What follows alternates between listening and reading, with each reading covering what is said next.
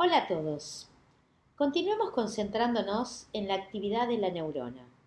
En estas células, la información, los mensajeros, los transportadores y los nutrientes viajan constantemente desde y hacia el cuerpo neuronal. Hablamos concretamente de una estructura que recibe y envía información, además de que, por supuesto, la procesa. Las dendritas van a recibir los mensajes de una neurona o de miles de ellas y en general lo van a hacer mediante un mensajero químico que es liberado en el espacio sináptico y que va a producir pequeños eventos eléctricos en la espina dendrítica. Estos impulsos eléctricos pueden ser excitatorios, estimulando la actividad de la neurona, o al contrario, inhibitorios. Se van a acumular en la dendrita y luego se transmitirán al cuerpo neuronal, donde se sumarán algebraicamente los impulsos eléctricos recibidos. Si estos impulsos traspasan determinado umbral de excitabilidad, se iniciará un proceso en la neurona receptora llamado potencial de acción. Si la suma de los impulsos eléctricos no alcanza este nivel de excitabilidad, entonces el impulso morirá sin ocasionar cambio alguno en la segunda neurona. Esto hace con que la neurona parezca una calculadora, siempre sumando y restando impulsos excitatorios o inhibitorios, constituyendo con esto las bases de la sensibilidad, la motricidad, el pensamiento y la sensación, entre otras funciones complejas. En los puntos de recepción del mensaje se originará un potencial local que se conoce como potencial lento o potencial gradual, debido a que su amplitud tiende a variar.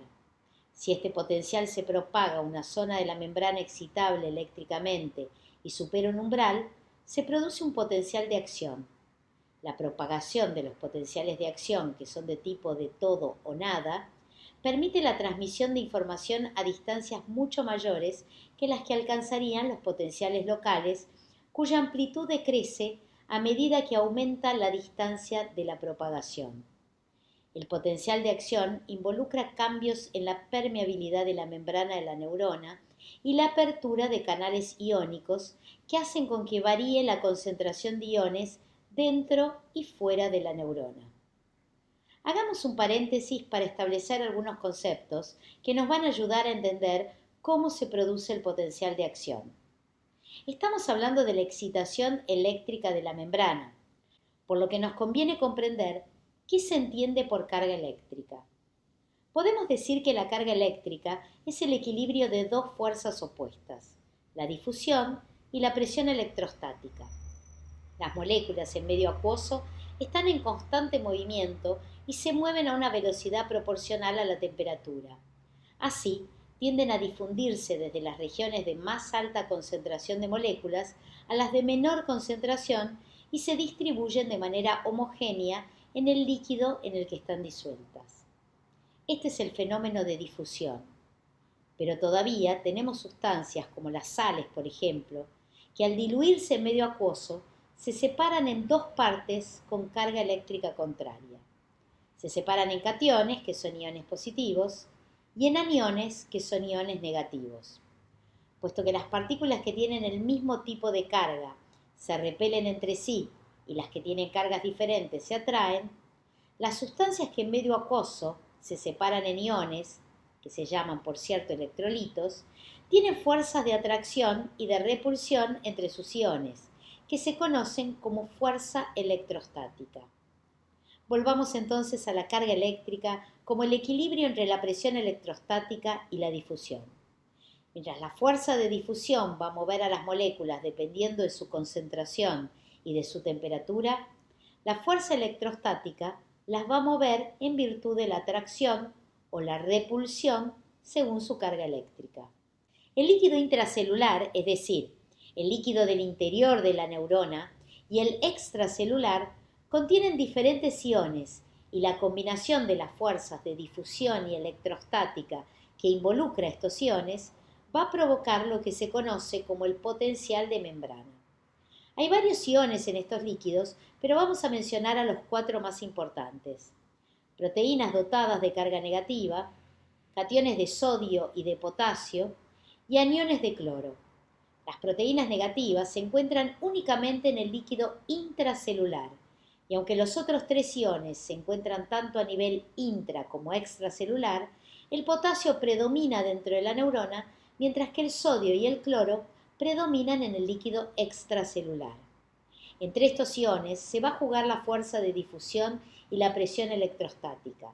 Veamos cómo ocurre esto.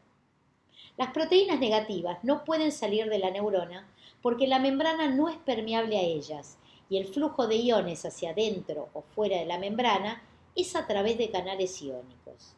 Estos canales están formados por proteínas que se mantienen estables en la membrana gracias a que poseen aminoácidos lipófilos sin carga. Lipófilos significa que tienen afinidad por los lípidos. Si lo recuerdan, la membrana es una bicapa lipídica y por lo tanto estos aminoácidos tienen afinidad por la membrana. Estas proteínas tienen un poro rodeado de aminoácidos hidrófilos, o sea, tienen afinidad por el medio acuoso y están cargados eléctricamente, por lo que demuestran mayor o menor afinidad por algunos iones. Otra consideración importante es que estos canales no están siempre abiertos. Alternan entre estados de permeabilidad baja, cuando el canal está cerrado, y permeabilidad alta, cuando el canal está abierto.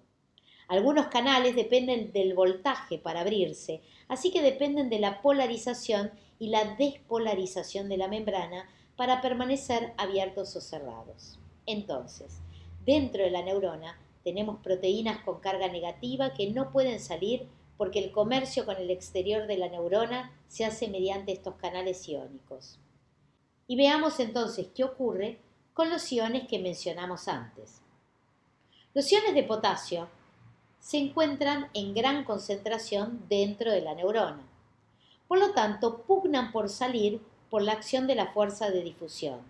Y como el interior de la neurona tiene carga más negativa que el exterior, que es más positivo, las fuerzas electrostáticas tienden a mantenerlos en el interior de la neurona. Verán que hay 2 fuerzas opuestas que de algún modo se anulan, haciendo con que los iones de potasio finalmente se queden donde están, en el interior de la célula. Los iones de cloro son negativos y están en mayor concentración afuera de la neurona. Por la fuerza de difusión tienden a entrar, pero por la fuerza electrostática son repelidos por el interior negativo de la neurona. Una vez más, tenemos 2 fuerzas opuestas que hacen con que los iones de cloro se queden en el exterior. Los iones de sodio también se encuentran en gran concentración en el exterior de la membrana, así que, al igual que los de cloro, son empujados hacia adentro de la neurona por la fuerza de difusión. Pero a diferencia del cloro, su carga es positiva, por lo que la fuerza electrostática hace que sea también atraído por el interior negativo de la neurona. Para que se mantenga el equilibrio y la concentración de sodio se mantenga mayor fuera que dentro de la neurona, entra en juego la bomba sodio-potasio, que empuja al sodio constantemente fuera de la membrana. Esta bomba está formada por proteínas empotradas en la membrana que son transportadoras de sodio y de potasio, y van a intercambiar sodio por potasio, empujando a 3 iones de sodio hacia afuera por cada 2 de potasio que empujan hacia adentro de la neurona. Como la membrana no es muy permeable al sodio, la bomba sodio-potasio es muy eficaz para mantener la concentración de iones dentro y fuera de la membrana. Ahora que comprendemos cómo la neurona realiza su actividad eléctrica y cuáles son las leyes que la gobiernan, veamos en el próximo video 2 ciclos importantísimos: el ciclo de despolarización y el ciclo de repolarización de la membrana. Como dijimos al principio de este video, de estos ciclos depende la apertura o el cierre de los canales iónicos y serán fundamentales para la propagación del potencial de acción y de la transmisión sináptica.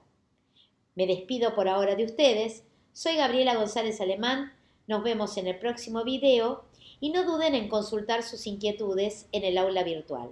Muchísimas gracias.